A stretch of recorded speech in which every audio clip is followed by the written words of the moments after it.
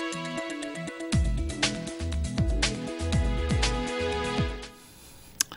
evening, ladies and gentlemen, and welcome once again to another edition of Education Matters with me, your host, Jim O'Connell. You're very welcome, and whether you're watching this live on Tuesday afternoon or later in the week, I'm glad to have you on board. If you are watching live on Tuesday afternoon at 6 p.m., the call-in number here is 640-3091.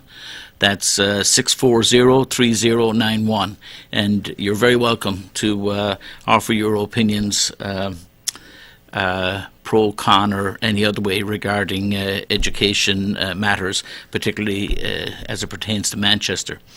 So here we are this week. We're on the Tuesday of vacation week, so I live a little vicariously through online media sometimes, watching all these families who have had the opportunity to travel out of state and visit places, and that's a wonderful opportunity for them and for their families.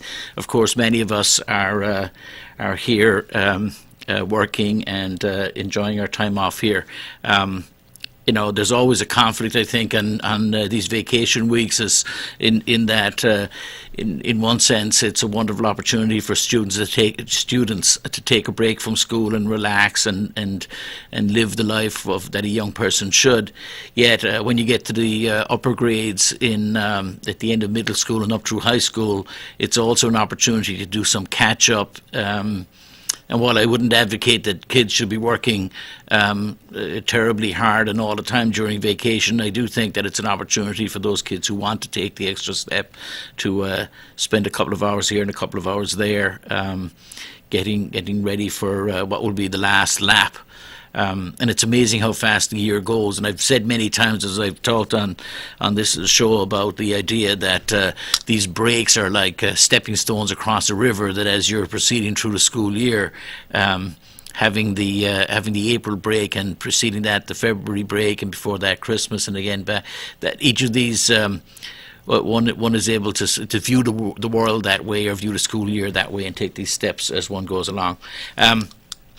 I'd like to also mention, under the heading of continued good news, I did mention last week about teacher Turney, the chemistry teacher at Central High School, but I went through it pretty quickly, and I just wanted to point out that there are a couple of teachers in Manchester who are getting state and national recognition. And so in the case of Ms. Turney, she is a chemistry teacher or a science teacher at Central High School, and she has been recognized as one of 45 teachers across the United States for her work and being an advocate for education, science education in particular. It's the Society for Science in the Public, and as part of this, she's going to be going down to Washington D.C. and gaining some more insight into how best to bring more students into STEM careers. So I commend Ms. Turney for that. Congratulations, and what a great national honour. And again, it's only one of 45. There are no other teachers from the state of New Hampshire who are getting this award. And then at the other end of the educational spectrum, at the young end, there's a Manchester kindergarten teacher who's in the running for Teacher of the Year, and that's Shauna Weber, who was at, I think she's at Smith Road. Let me just click in here and see if we can find it. I believe she's at Smith Road. So the 2018 New Hampshire Teacher of the Year won't be announced until September, but the selection process is underway. Congratulations to Manchester semi-finalist, Smith Road Elementary School kindergarten teacher Shauna Weber. The selection process is a rigorous one. Representatives from the State Teacher of the Year Committee will visit Smith Road next month, and they'll observe Mrs. Weber in class and interview her and her colleagues and students and parents and supervisors. And then she'll find out in June if she's a finalist. But I don't want to sound jingoistic. I talk often here about the fact that our schools, that we need to do better by our schools, but our schools continue to to shine in a way that that is counter to the narrative that one often hears. It's such a pity that people, especially people outside the city, but most sad of all, people here in the city of Manchester who talk down our schools from within. When we look at the various national awards and we look at the actual achievements at the top end of our schools, I have nothing bad to say about any of the surrounding high schools.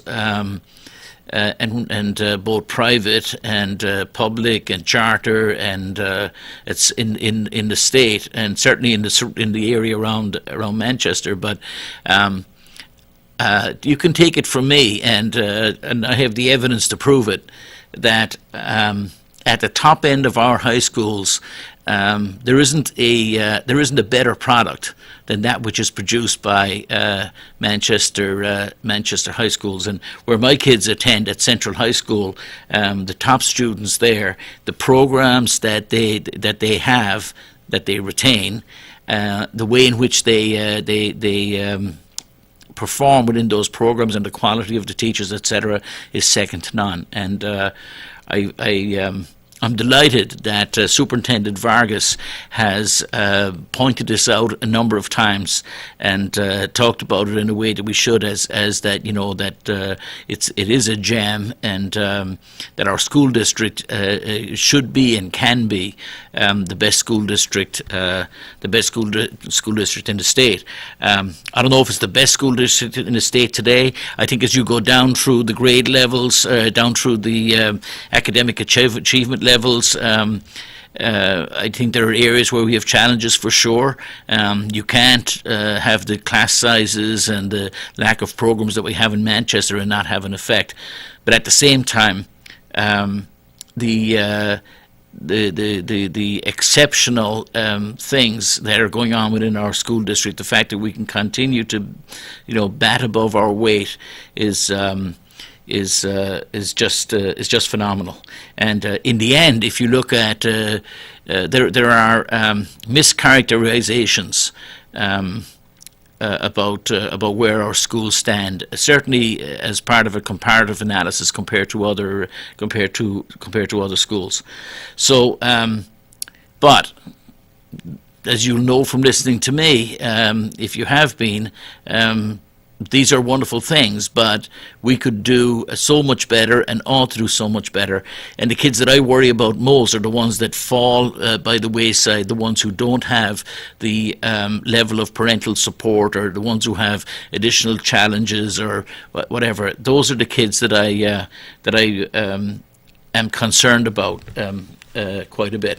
So a couple of other things. So I guess, my worldview is that currently there is sadly education has become very political, and that's a pity, but we have ideologues involved who are pushing agendas of various kinds, and especially we see this, we'll see it to a little degree in Manchester, but mostly we see it at the state level. And it's very concerning to me that we have Mr. Edelblue as the education commissioner, somebody who is it may sort of anti-public education, or at least at very minimum knows nothing about it.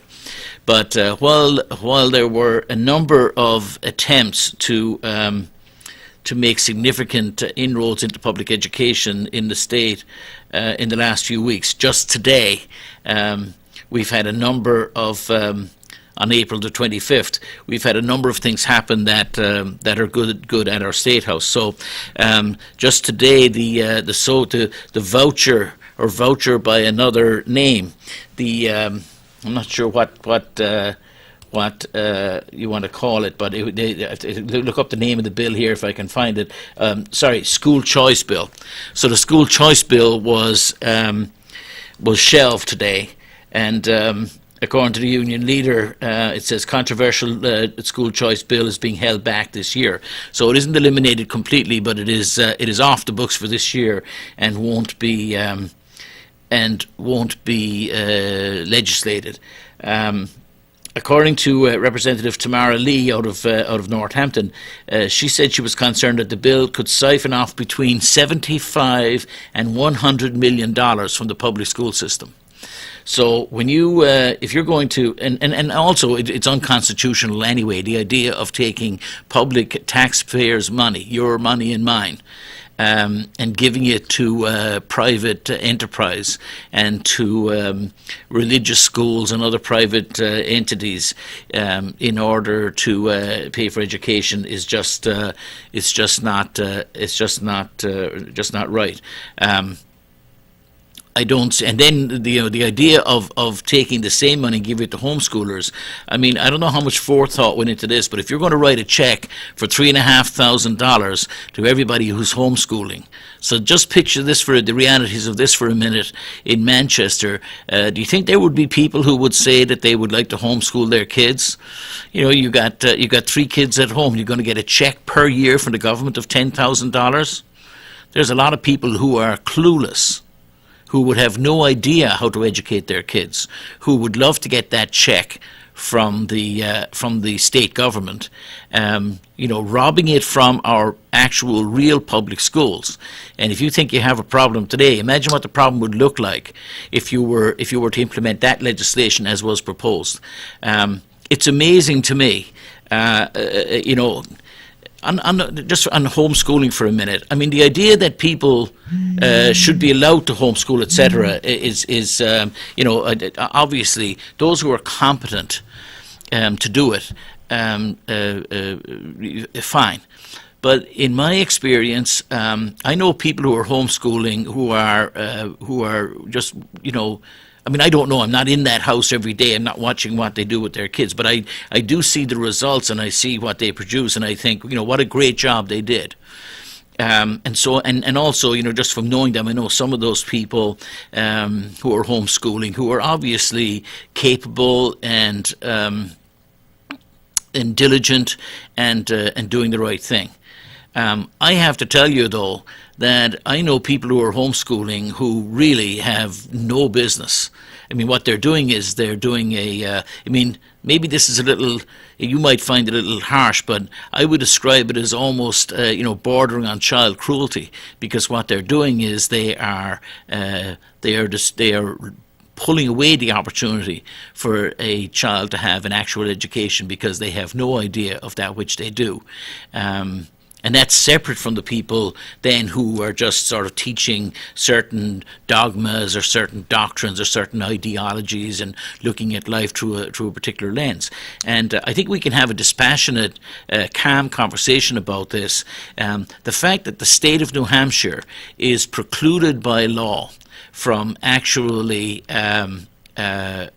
investigating or ensuring that an adequate education is taking place it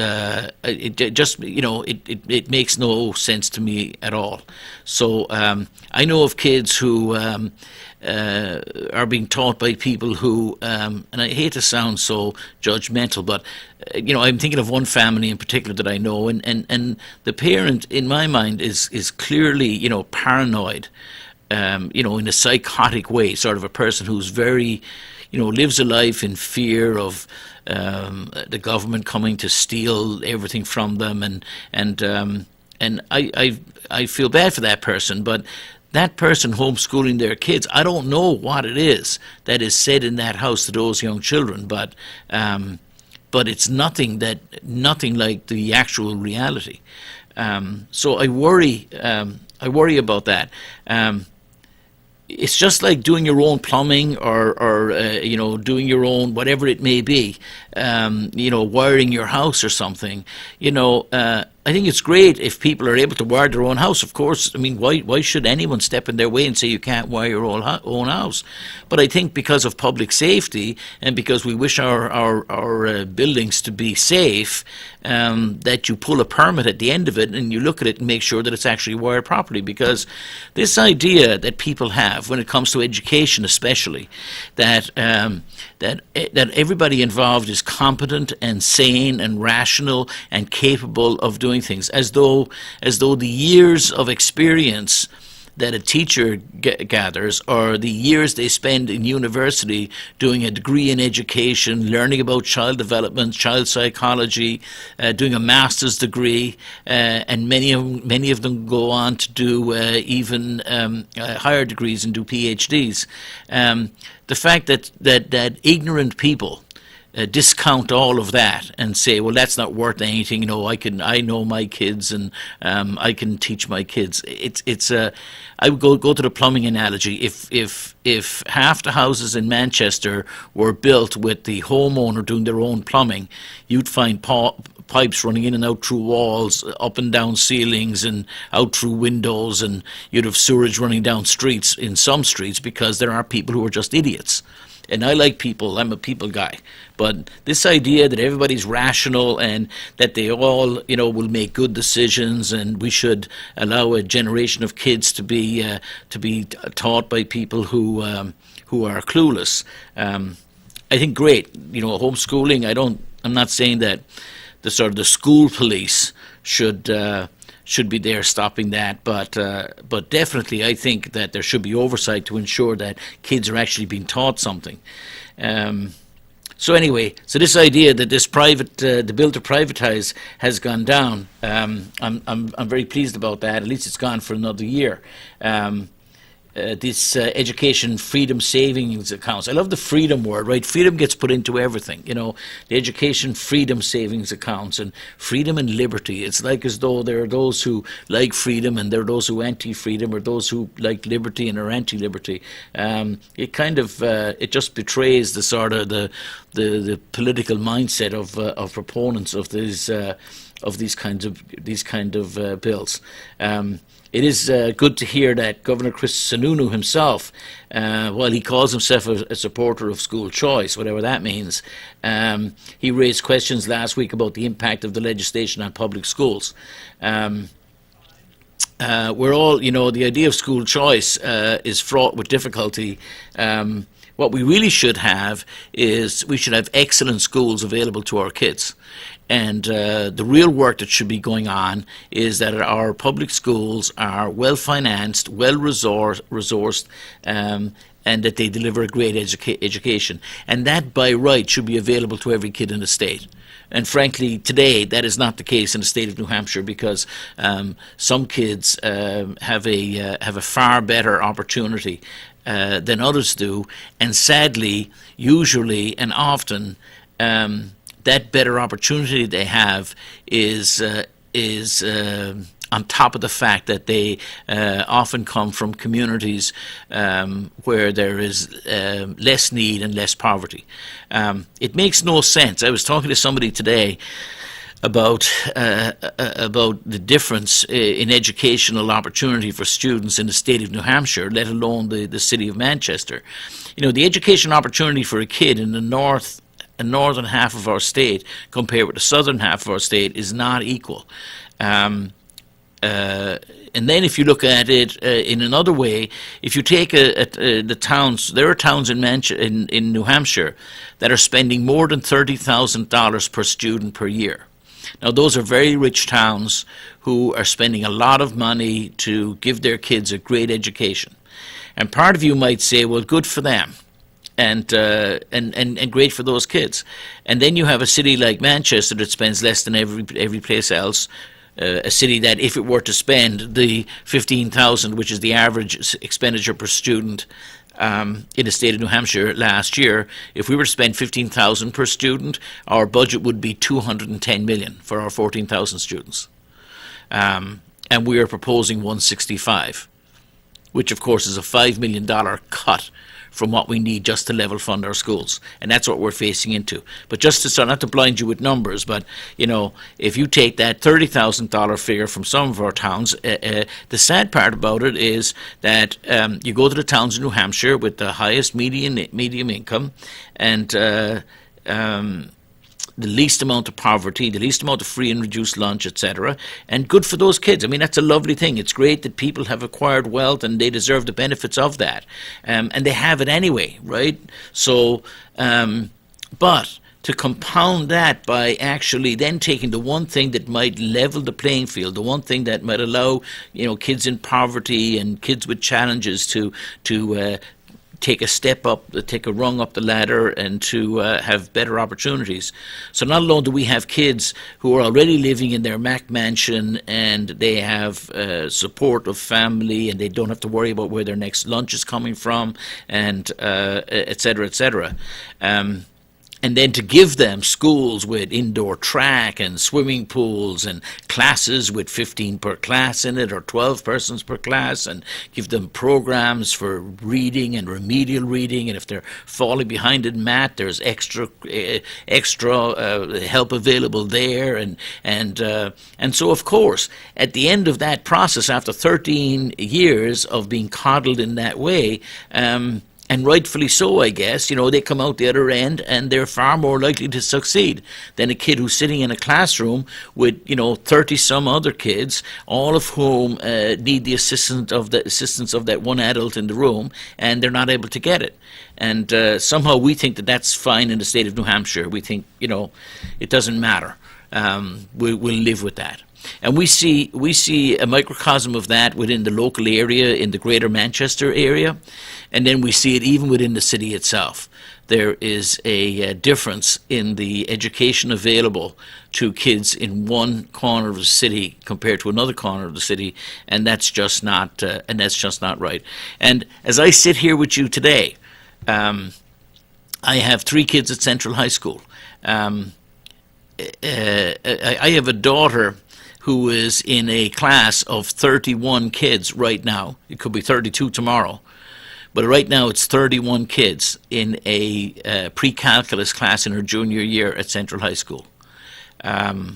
Just entirely unacceptable. Math classes and lab classes are meant to have, the state maximum is 24. 31 kids, these young people are preparing. In 6 months from now, they'll be filling out applications to go to colleges, and the ones who want to go on to universities, and ones who want to go on to the best of universities, the smartest kids amongst our population, to have them sitting in a class of 31 kids. It's just not right, ladies and gentlemen. And if it was the exception, if it was the one class and everything else is fine, we have that one anomaly, but it's not the case, as I was talking about last week. Another of the bills, I was actually in Concord last week talking at the State Committee on Education on the all-day kindergarten bill. And in another piece of good news, I have to tell you that all-day kindergarten bill has been passed and will now by committee, and will now go to the House floor. The one that was defeated, by the way, was defeated the bill, the so-called freedom of choice, school choice bill that would have taken between $75 and $100 million out of your kid's school and mine. That bill was defeated 3-2 and is now off the table. The all-day kindergarten did pass today, and we'll see what happens on the floor. It was heartening to me to see Mayor Gatsis and on that committee I was speaking before last Tuesday morning. I think it was Tuesday morning, to see Mayor Gatsis from Manchester in the State House giving testimony and talking in favour of funding all-day kindergarten was a heartening thing to me. It's something that I wish we could see a lot more of. I commend him for doing that. In the end, the Mayor of Manchester, that position carries great weight when it comes to the state of New Hampshire. And when the Mayor of Manchester walks in the room, people do listen, because they understand that whatever is happening in a village someplace in the White Mountains or in the Monadnock region or on the seacoast, when the Mayor of Manchester walks in, he's talking on behalf of almost 10% of the students in the state. Less than 10% nowadays with the declining numbers in Manchester, but there is a certain cachet to it, excuse the pun, but he does have a bully pulpit, and I'm grateful for this. I wish he did an awful lot more.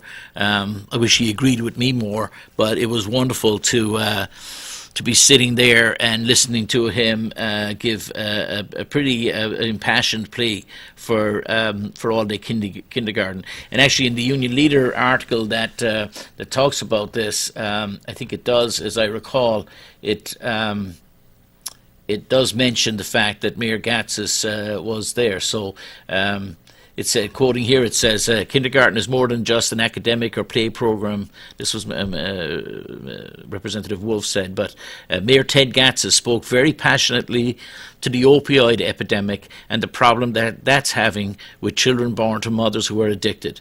The Manchester Mayor testified in support of full-day kindergarten during a public hearing last week. I'm very pleased that that's going to happen. It's different from what was proposed originally by Governor Sununu. So it's good to have this bill. Has the support of Governor Chris Sununu. It has the support of Mayor Gatsis, and it has the support of most rational people in the city of Manchester. And it's worth it's worth about $2.8 million per year to the city of Manchester, and that translates to roughly about 50 or 55 teachers per year. So I did take a moment to speak with one of the Manchester representatives who's on the Education Committee, Victoria Sullivan, and what's nice about these things is that it's I like the fact that we can talk and disagree without being disagreeable, and so I sought out Representative Victoria Sullivan in order to talk to her about this, because she opposes this particular bill. I'm glad she was defeated on this occasion, and I hope she will see things a different way and understand that Manchester can't afford. Manchester needs these programs in place to begin with, and the $2.8 million, the 50 teachers, that could, well, it may not be used for those teachers, but that's the equivalency. And so it's a very important program. And frankly, I just believe it's wrong for representatives. Too often we find the people in Concord who represent Manchester speaking against the interests of Manchester. I'm not questioning their motives, or anything. We differ in our views, I know, but to me, we should be people in Concord representing the citizens of Manchester ought to be constantly pushing the state of New Hampshire to properly fund our district. I think everybody is agreed. Anybody looking at the numbers should see that the downshift of costs from the state down to the city of Manchester in recent years is grossly unfair and has had a real effect both on Manchester's students and schools and on the taxpayers of Manchester who are being forced to take up that slack. And as we know from Dr. Vargas's evidence, just in this current financial year, the cost of the downsizing on the funding of state pensions on the education side is $4 million to the city of Manchester, and that's we do a rough calculation of around 20 teachers per million. So for every million that you don't have in funding, it's 20 teachers. So $4 million is 80 teachers. It's a rough calculation, but it works. So we'll see what happens on the floor, but I would urge you, ladies and gentlemen, to keep an eye on these things and to speak to your state representatives and ask them to support this all-day kindergarten bill, because in the end we also know that if we can get kids, we have so many kids coming into our school district, and especially as Mayor Gatsis pointed out, we have kids being born in our hospitals, around 5%. There was some question on this show a few weeks ago about people maybe using a wrong number, and I have gone and looked at it, and the accurate number, which is around the national average, is that right now around 5% of babies being born at the Elliott and at CMC are born to mothers who are addicted to opiates. And so the good news in my little bit of research is that it seems, I had a more dark view of the future for those children, because I thought they were sort of, I don't know why, but my impression was that they were sort of permanently affected, and that because they'd been affected developmentally in the womb, that therefore they were doomed to underperforming, as they grew up. And it turns out, actually, in the research that I did, that that's not necessarily the case. So what these babies do need is a high level of intervention. They need additional services, and there's an additional cost associated with them. But if we do it right, if hospitals and postnatal care does what it should do, if society does what it should do, and if our educational system does what it can and should do, then there's no reason why these kids cannot be on grade and reading on grade level for third grade.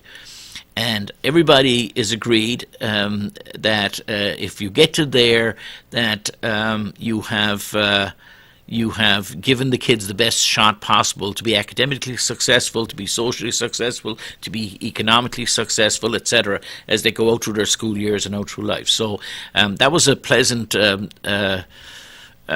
piece of data that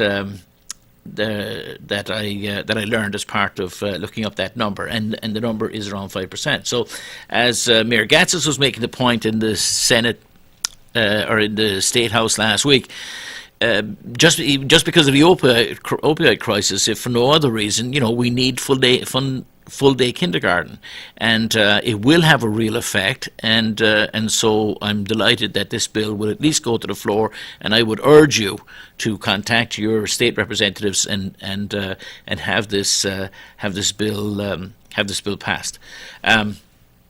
While we're on state issues, there's one other piece of news that I think is breaking today, and that is, let me see where I put this. I think I have it right here, which is the issue around Mr. Commissioner Edelblut, who, I'm sorry I struggle with his name. I don't mean him any disrespect in that regard, but from here, the headline here says Edelblut blocked from power grab at Department of Education. So Mr. Edelblut, who has no experience whatsoever of public schools. His I think he has 7 children. They were homeschooled. He has no experience as a teacher. He's not an educator. He doesn't have any academic qualifications in this regard. Basically, you couldn't, with all due respects to him, other than the fact that he was a former Republican candidate for governor, you couldn't get a more unqualified person to run the Department of Education. And even more importantly, if you had gotten a non-partisan, by that I don't mean Democrat, Republican, Green Party or Tea Party, I just mean somebody who was interested in doing the best they could for education in the state, and they just didn't have strongly held views. Mr. Edelblut doesn't fall into that category. He did sell himself to the state during his confirmation hearings by saying that he was just going to be an implementer. This was his response to the questions from the executive committee who were questioning his choice, and his response to them was this evasion around. He wouldn't respond on various topics. He would say, "Look, I'm just the implementer. Rules are made by the House and Senate, and laws are passed, and in the end, we implement." and I'm going to be the implementer in chief, and I'm just going to implement. Of course, he's 2 weeks in the job, and he's not the implementer anymore. He wants to gather unto himself all kinds of additional powers that weren't part of that job before. He wants to redefine things all over the place. So. Reading this a statement put out today, it says New Hampshire Senate Education Committee voted down an amendment proposed by Republican State Senator John Reagan that would have given Education Commissioner Frank Edelblut unprecedented sweeping power over the Department of Education. This amendment was put forward at the request of Commissioner Edelblut. So he wanted to have much more expanded powers than previous people have had, and he wanted to make real, big changes. Now, after promising he'd be an implementation guy who wouldn't create policy, he went back at his word and attempted to grab agency power. There was a statement issued. Here it talks about Edelblut is anti-transgender rights. He supports conversion therapy, that is this discredited idea that you can take people who are gay and you can bring them into some facility and indoctrinate them and de-brainwash them into thinking that they're heterosexuals. So that garbage science, he believes in that. He opposes full-day kindergarten, of course, on the crackpot theory that it would increase misdiagnoses of ADHD. That's his reason for not supporting all-day kindergarten. And then most recently, he broadcast his views that climate change is mentioned too often in science classes, openly disagreeing with the State Board of Education in an interview last week with NHPR. He was interviewed over a couple of days on NHPR last week, and he talked about he wanted to reopen the science standards, which the state has just completed its review of its science standards within the last 12 months, and he wants to reopen them because he thinks that there's an overemphasis on climate change within those standards. So he also refers to evolution theory as one of many theories, etc. So, ladies and gentlemen, this is who you have. This is who you have guarding the future of your children's education. And I know, some of you might be fine with that. Some of you might be anti-science people who don't believe in global warming, and you don't believe in evolution, and you're just a not science person. And I respect everybody's point of view. So if that's your point of view, fair enough. But it just flies in the face of reality, and it has no business. Keep that in your churches, keep that in your synagogues, or in your temples, or in your whatever else you may have. And all of us, especially me, will fight tooth and nail for your First Amendment rights and your right to believe what you like and to espouse what you like and to be free to do so in the great United States of America. What you don't have a right to do, in my opinion, is to take those views and try and push them down the throat of other people and using taxpayer funds in order to do it. So I don't want my kids having to suffer that, and having these people, Mr. Edelblut, who may be a lovely man. This is not personal, but his view of education is a very tainted one, in my view. And that's compounded by the fact that he has zero competence and zero knowledge. So that's a frightening combination. We hear it all the time in the local discourse here in Manchester, where you listen to people who just misstate facts all the time. I have people who occasionally will call up the show and they'll go on about something and they'll state stuff that is just not the case. They have half-baked thoughts or half-baked ideas and untruths that they somehow buy into, and you see it all the time. I defy you to go and look on some of these social media boards, and the stuff that's mentioned on there that's just factually incorrect is well, frankly, it's just frightening. So I'm delighted to hear that. Again, this what's being described as a power grab by Mr. Edelblue has been taken down and will be for more study, and so it could come up again next year. So we'll see this constant, chip away at public education. We saw it the last time when we had Speaker O'Brien 4 years ago, leading the House, and at that point we had 43 bills attacking public education. It is just, it's amazing to see it, and they attack it at every level, from the standards point of view, from the funding point of view. They try to throw additional requirements into schools. We constantly have this under the parent notification guise. We have additional costs passed on to parents now. I received a letter the other day from the Manchester School District telling me that something or other was my kids were about to start kneecap testing or something like that, and I got a letter for that. Well, that letter, there are 14,000 some kids in the city of Manchester. Just the stamps alone is $7,000. But someone had to the letter had to be written, the paper, the ink, the time that it took to put it together. We're talking about, call it, I don't know. I know that when it comes to mailers going out for commercial enterprises like banks and things like that, it's between $1.50 and $2 per piece is what it costs for fulfillment to send the kind of solicitation letters that you get in the mail from various companies looking for stuff.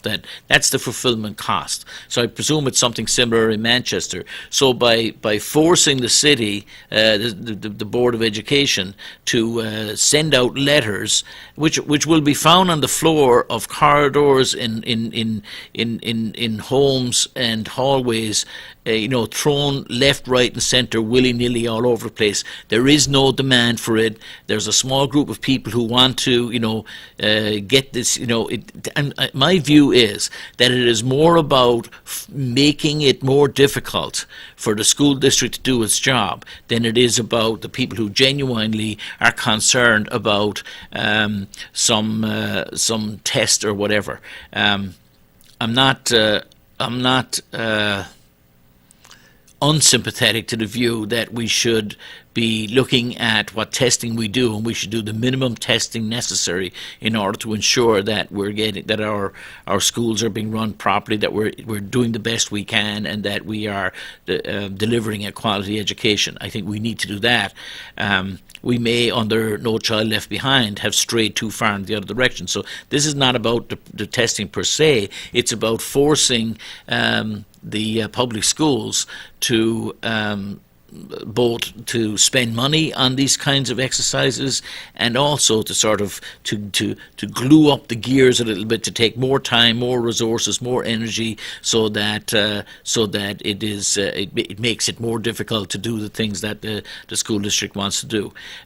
It amazes me that the people who support these kinds of ideas, they're never the ones shouting about the fact that there are 30 kids in a class at Highland Goffs Falls, or that we've got the highest pupil-teacher ratios in the state, or that our teachers earn less on average than other cities in the state of New Hampshire, or anything to do with actually that might cost a dime. There's no public outcry about that. You can go and you can listen to school board meeting after school board meeting after school board meeting, and there'll be nothing said on those topics. You will never know. There's a kid right now, for instance, I learned last week that there's a young person who is a special education middle schooler who rides around on a bus in Manchester every afternoon for between 2.5 and 2 hours 40 minutes. Can you just imagine that, ladies and gentlemen? This student, I don't know what about the morning. I don't know how long she spends in the morning, but in the afternoon she spends 2.5 hours between the time she's picked up from school and the time she gets delivered home, because she's the last one, and the bus has to go to other schools to pick those people up. And by the time they get to the end of that, it's 2.5 hours. It's 4:30 in the afternoon that she's getting home.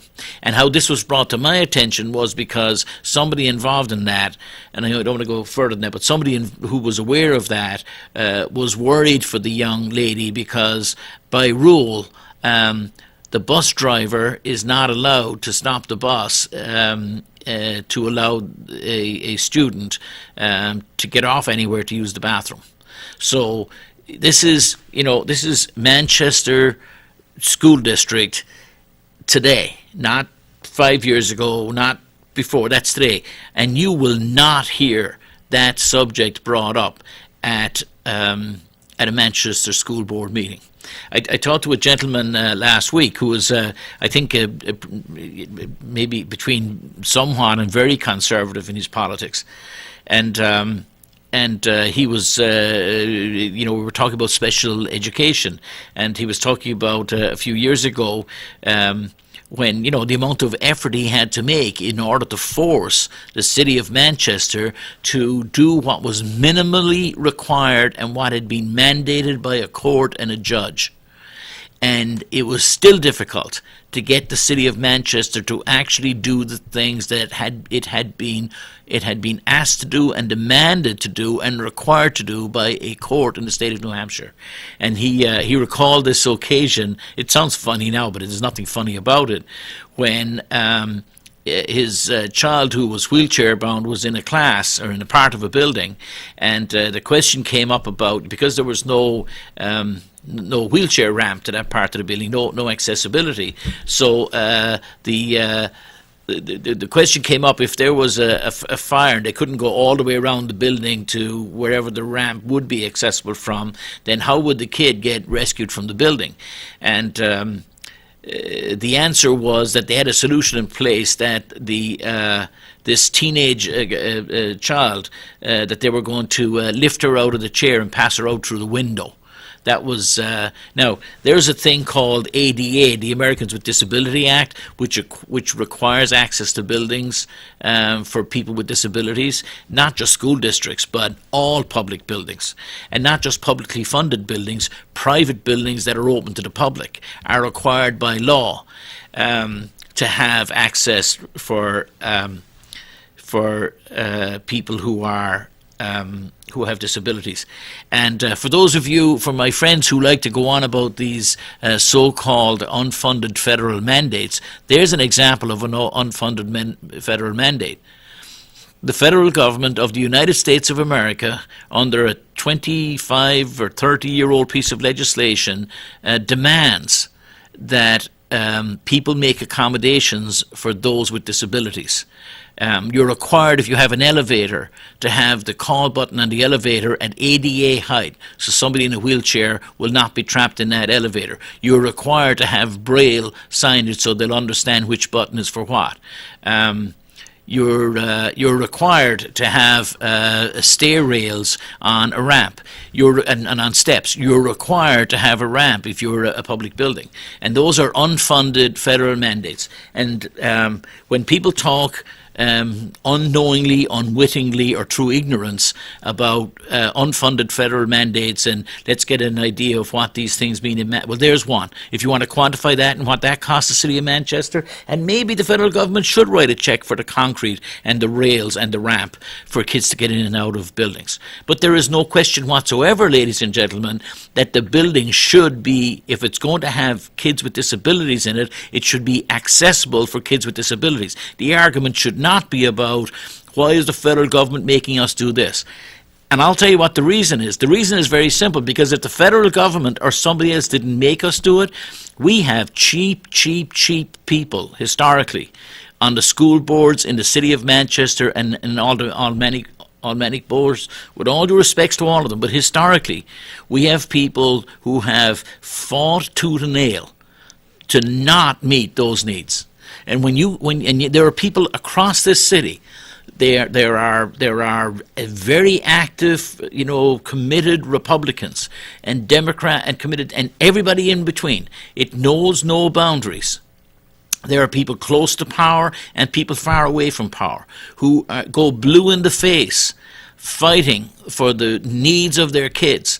And they go to, if they have the wherewithal and they have the knowledge and the ability to do it, they go to court and they hold the school district's feet to the fire. And the courts aren't issuing willy-nilly judgments about, oh, put a golden stair rail in for somebody. They're saying, it's a disgrace you haven't got this in place. You need to do it. Go and do it forthwith. And these families are still fighting every day. You talk to anybody with kids with special needs in the city of Manchester, and there's no doubt about it, by the way, don't get me wrong. There are lots of kids with special needs who have wonderful experiences in the city of Manchester. I don't ever want to cross the line into saying that it's ubiquitous and all the kids are suffering and it's terrible. My point is that when it comes down to it, nothing is gained unless we do some screaming for it. It's the squeaky wheel.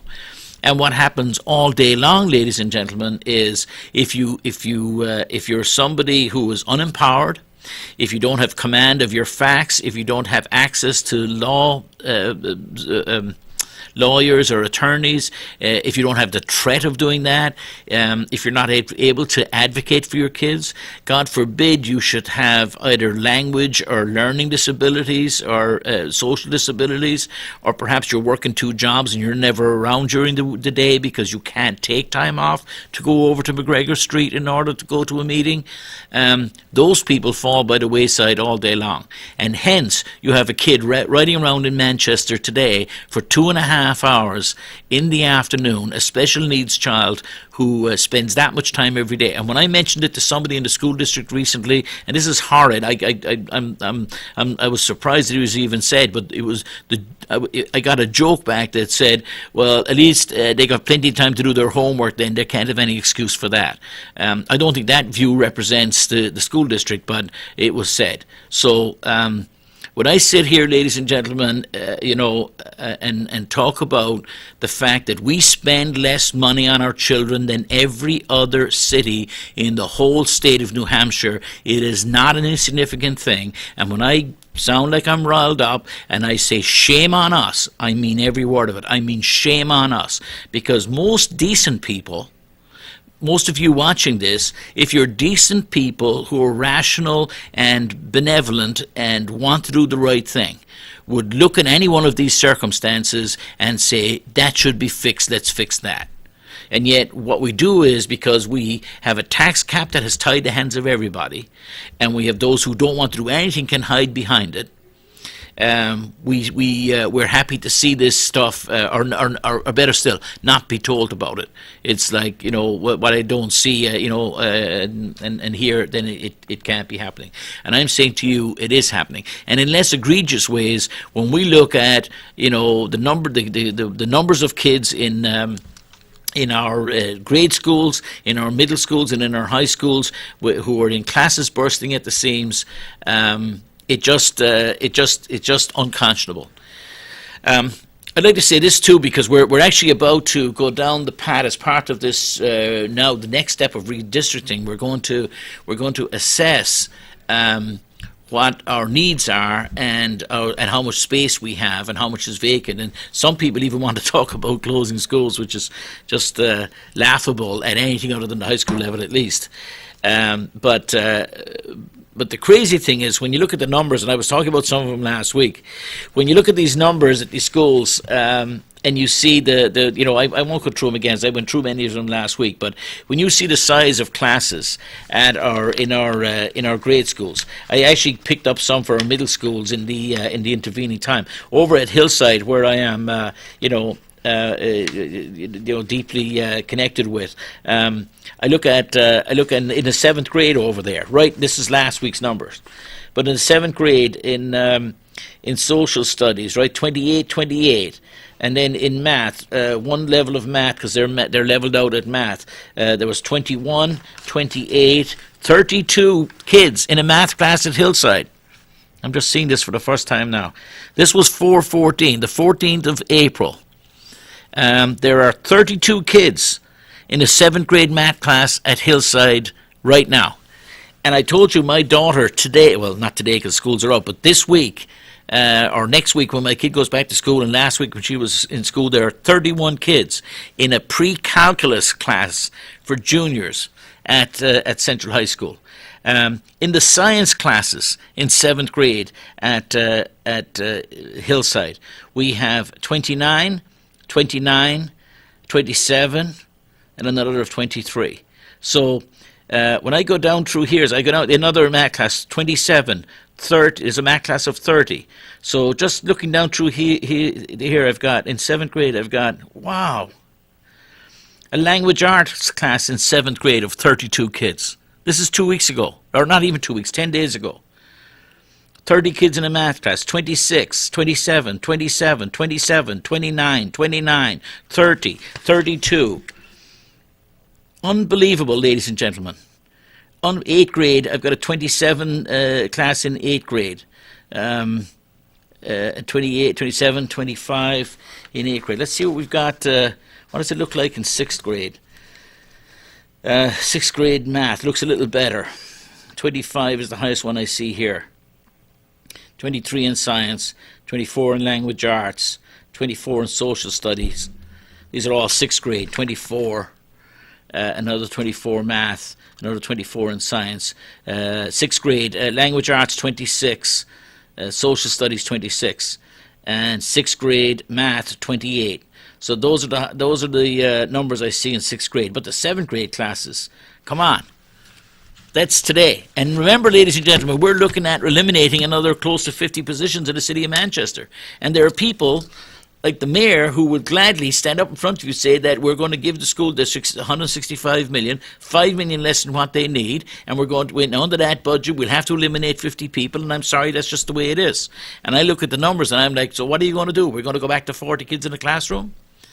It's just not right. It shouldn't be happening. It's not fair to our kids, and it's not fair to our city, ladies and gentlemen. There are people looking at our city, and if these numbers are handed out to them, they simply will not remain in our city, or they will not send kids to our city schools. So despite the wonderful things that happen in our schools, despite the great programs that go on, when we actually look at the numbers, people should be inside at City Hall banging their fists on the desk, and when the school board wants to talk about some other arcane policy thing and spend 3 hours some Monday night going round in circles with people speaking, 5 and 6 times on a topic in the chair, never just stopping the thing and putting it to a vote because we're going to spend another 3 hours talking about it, we will never talk about this issue, the real issue in front of our schools, and why we're not able to fund our schools in the way that we should fund them. That's the issue that we should be talking about every single night, and no night should go down in City Hall without us trying to address this and finding a way to resolve it. Ladies and gentlemen, we're coming to the end of another show. I hope you who are on vacation this week are having a wonderful time. I hope the weather gets a little better. It was raining tonight. I thank you for your time and attention, and I look forward to seeing you again next week. So everybody have a great night, and good night and goodbye from Jim O'Connell.